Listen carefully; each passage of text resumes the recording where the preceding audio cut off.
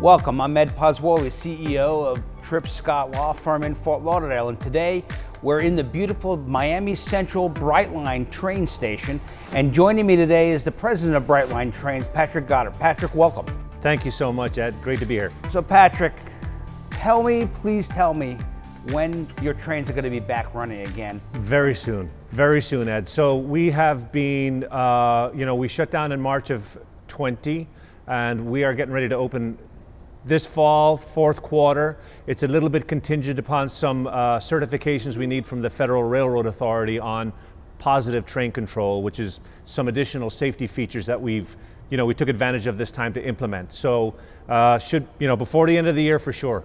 So before we go to the post-pandemic world, pre-pandemic world, Brightline, Miami, Fort Lauderdale, Palm Beach, how were you received by the community? We carried 1 million people in our first year. We were on track to carry 2 million in our second year. We were right in line with what we thought we were going to do. We were a little ahead. So it was disappointing to have to curtail those activities, so abruptly. But, I think we're very optimistic about what Florida is going to look like when we get on the other side of this pandemic. We're excited about where we're going to pick all of that activity back up again in the fall, or, hopefully, certainly by the fourth quarter. So by the fall or fourth quarter of this coming year, what is post-pandemic world going to be like in riding a Brightline train? It's interesting. We were joking about this earlier. We got a mulligan on opening the business. So we get to reopen our business, or open it for a second time with the benefit of all of the learnings that we had the first time. So we're going to be making improvements. We were already, I think, way ahead of the curve in terms of cleanliness and hygiene. We have, it's a touchless entry into the train stations and on board the trains. It's essentially touch-free in the bathrooms, on the trains and in the stations. So we were already very much ahead of the curve in terms of cleanliness and hygiene, but we're going to continue to enhance those sort of safety and hygiene measures. We've made some pretty substantial improvements to our technology to make it easier for people to ride the train. We've also, I think, recognized that people need first and last mile solutions. So we've been integrating first and last mile solutions into our app, so you can actually plan a trip from your couch to your final destination with the train in the middle. And there are a number of other improvements that you're going to see on our food and beverage offerings and some of the entertainment and programming and experiences that we're going to offer people to reintroduce them to the train once we reopen. Like if I come down from Fort Lauderdale to Miami Central, this station here, and I want to go to Brickell. Yeah. But tell me, how are we connected to whatever other public transportation there is? Miami Central is one of the best examples of transit-oriented development and a central hub that there is in the United States. From this building, you're connected to Metro Rail, Metro Mover, and next summer, Tri-Rail. So those three systems, between the three of them, carry 30 million people around the South Dade area, actually all of Miami-Dade County, and Tri-Rail goes up into Broward and Palm Beach County. That's just the public transportation options. There's also a ton of micromobility. That industry has exploded over the last couple of years. E-bikes, rideshare, shuttles, trolleys. So from here, you can basically get access to all of the jobs that are in this downtown area. This downtown area is exploding in terms of residential capacity. We've got 800 units upstairs here that are about 50% leased up. We've got 130,000 feet of retail that's about 50% leased up, all of which we think is going to be, fully populated over the next 12 to 18 months. This is really going to be the Grand Central of South Florida. But you're moving outside of South Florida. The plan is to go all the way up to Orlando and Disney World. That's right. And how are those developments coming? So, overall, this is over $5 billion investment into the state of Florida. And, we think that this is, the 67 miles from Miami to West Palm Beach is a fraction of what we're ultimately going to operate. We're investing an additional $2.7 billion to get from West Palm Beach into the Orlando airport, where we have already built a train station that's just waiting for our tracks to connect it. And then we are in the process of finalizing negotiations to extend the system from the airport all the way out to Tampa, with the potential of a stop at Disney on the way. So we've signed a lease with Walt Disney World for a station there, but we're in negotiations there too to try and uncover ways to create more connectivity in that Central Florida area. Obviously, Universal is a big player in that market, the iDrive community, the convention center. So we're working with that community to find solutions to get people to all of these different locations.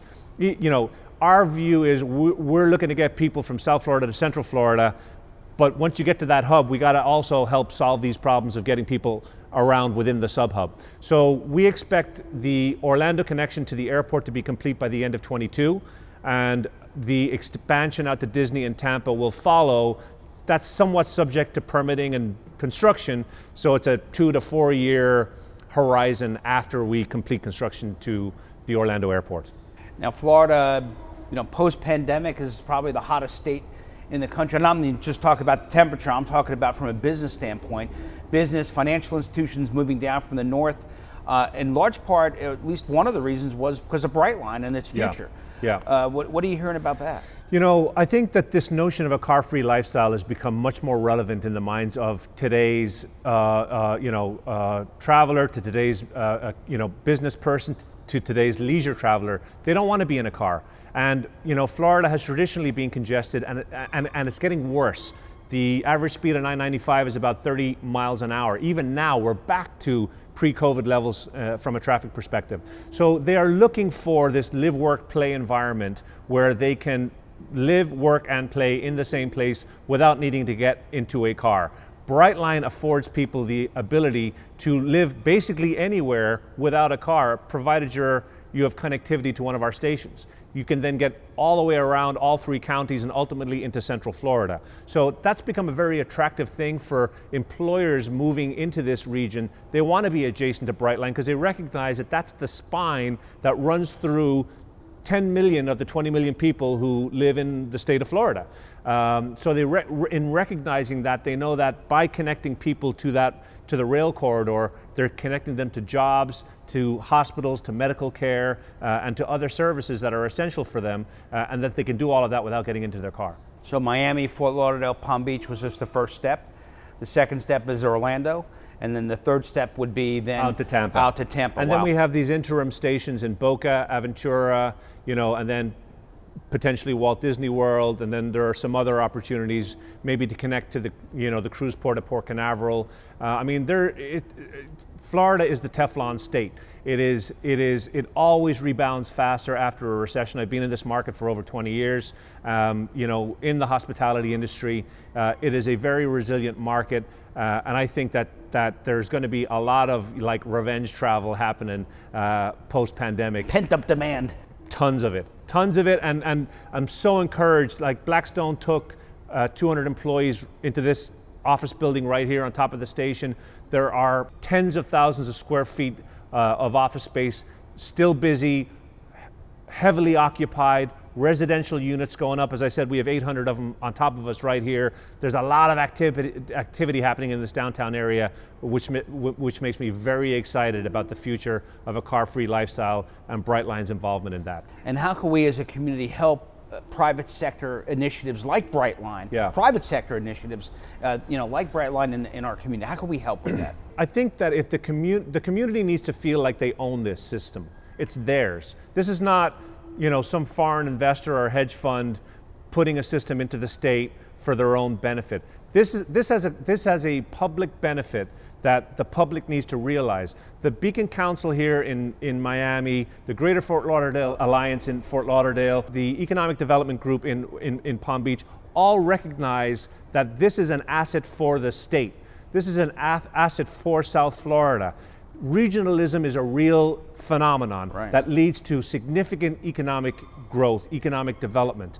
We are a catalyst for that. And I think the more people that experience this service, understand how it's different from anything that they've ever seen before, understand how thoughtful we've been about connecting all of the dots so people can really live a car-free lifestyle, and then promoting that so that we continue this economic growth, particularly post-pandemic, so that we see a quick recovery for the state of Florida and continued growth into the future. And I can tell you, as a personal passenger on your train several times, I mean, it's a great service, and we can't wait for you to reopen again and start running trains this fall. Patrick, thank you so much for joining me. It's been a pleasure, Ed. Thank you.